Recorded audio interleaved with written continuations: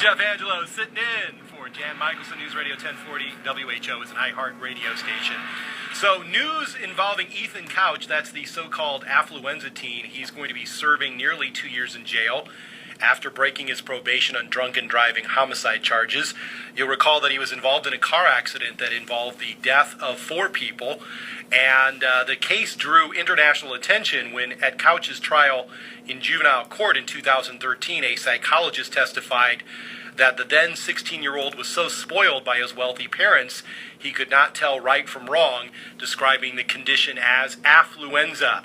Legal expert Scott Palmer is on News Radio 1040 WHO's Newsmakers Line. He does practice in Texas, where the affluenza teen is. And Scott, I wanted to ask you, first of all, is this a case where the court is going to put him in jail because there's been so much national attention on this case, or is this just simply a matter of the wheels of justice are turning like they're supposed to turn? This is the latter. The judge has 180 days per case. There's 4 cases to assign to him to do in jail as a condition of probation. So it's actually not a violation of his probation that triggered this. It's as though his probation started on Monday when he turned 19, which it did in adult court, and the judge gave him 180 days and stacked those 180 days on top of each other for each of the 4 victims. That's a rare situation. You don't see a lot of stacking, but in this situation, I think the judge felt it was appropriate to make him pay 180 days for each of the victims. Yeah, it actually, and looking at the article, Scott, that this sentence seemed to even exceed what the prosecutors initially sought. And again, you're a practicing defense attorney. Do you think that the judge is very aware of the spotlight here, or this is what the judge probably would have done anyway?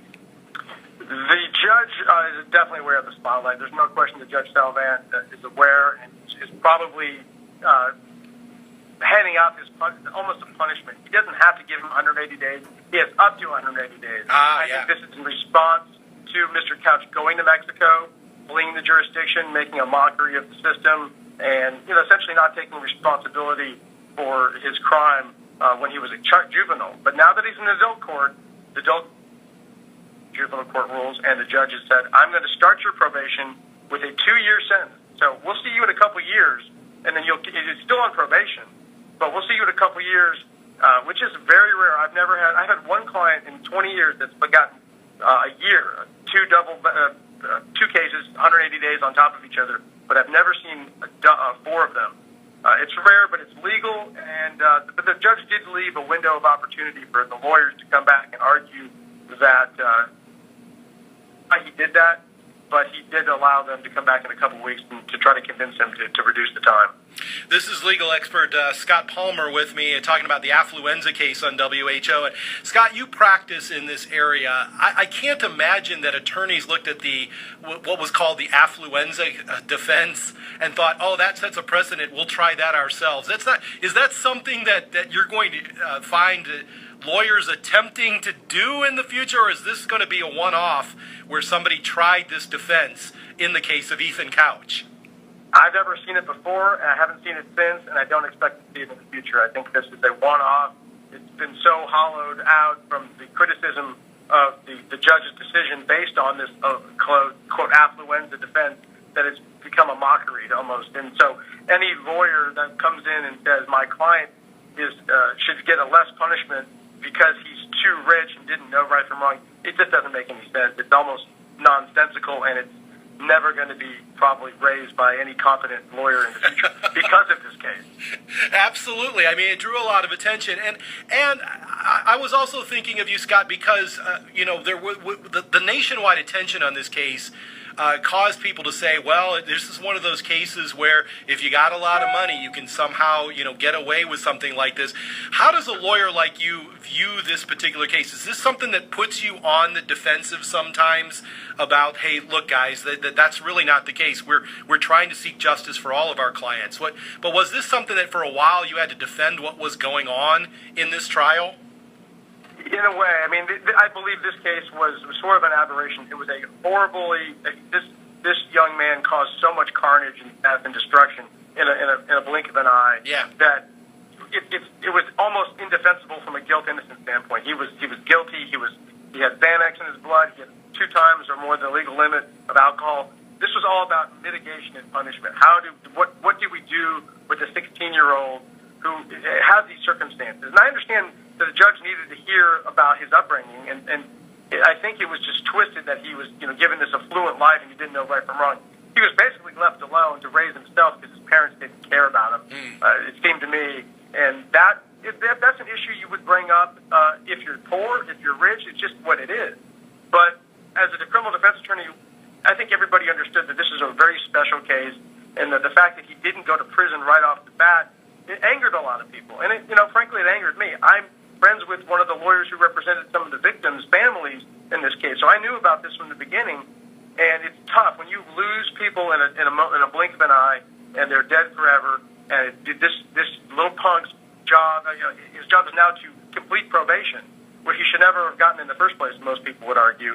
It's just an angering. It's a very emotional situation, and the system seems to be broken when a person like him can get probation and then run to Mexico. So they did the right thing by transferring his case to adult court, and now the judge is saying, "Listen, this is how we're going to start this probation. You're going to be in jail. You're going to think about this 23 hours a day for the next 2 years of your life, and then we'll see where you go from here. And if he's mature and he grows up and he contemplates his transgressions and his sins, and he surprises everybody and completes his probation, great for him. But the fact that he's not doing 20 years in prison on each of these counts is the luck of the grace of God that he got that. But now the question is what is he going to do with the chance that he has to complete the probation after he gets he does his time?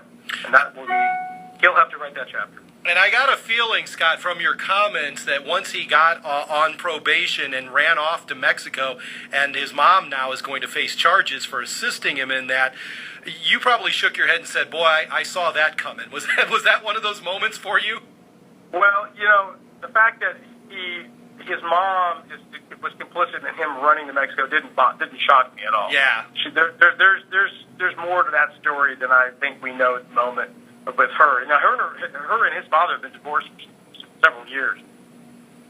So the issue is, and also, by the way, her case is not a very strong case, and there's some legal nuances on her indictment. She hasn't even been indicted, as far as I know, on her hindering the apprehension of a fugitive. Yeah.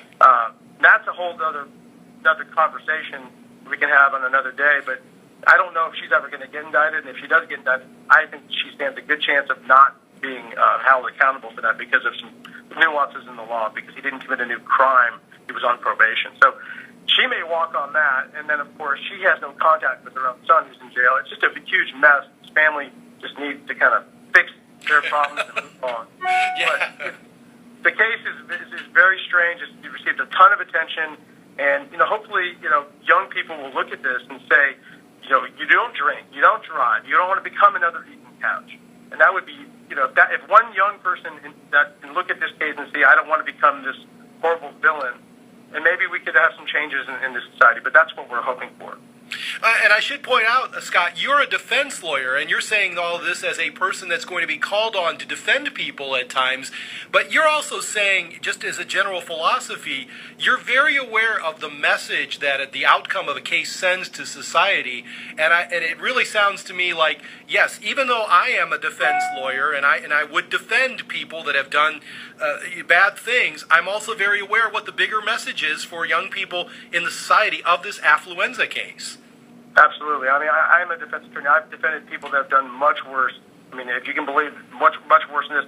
His crime is special because he didn't know these people. He didn't go out there looking to hurt or kill anybody. And that's why intoxication manslaughter cases are capped at 20 years in Texas. It wasn't like he went out there trying to hurt anybody. He was completely, intoxicated out of his head. He should never have been behind the wheel. He's 16 years old. He should be drinking and doing drugs in the first place. Right. But I'm also a parent. I've got 3 kids, and it scares the heck out of me to think that any one of us, you, me, any one of our friends or family could have been those people standing on that road, and it could have been us, you, me, and life is over. So yes, I mean, the bigger picture is that there's got to be some way to stop young people from misbehaving, but this is what they do these days. This is a whole different world than I grew up in. I'm 46. But yeah, as a criminal defense attorney, I look at the case, look at the facts, and do my job that the Constitution requires me to do. But as a human being, you don't want these cases. You don't want more death and destruction. We want to stop it. And maybe if some of these young people look at Couch and see how he's being treated by the courts at 19, he's still young. He's still a kid as far as I'm concerned, but the adult system is taking over. Scott Palmer, he is a legal expert who practices in Texas at scottpalmerlaw.com. Scott, thanks for joining me today. Appreciate your perspective. My pleasure. I enjoyed it. Thank you.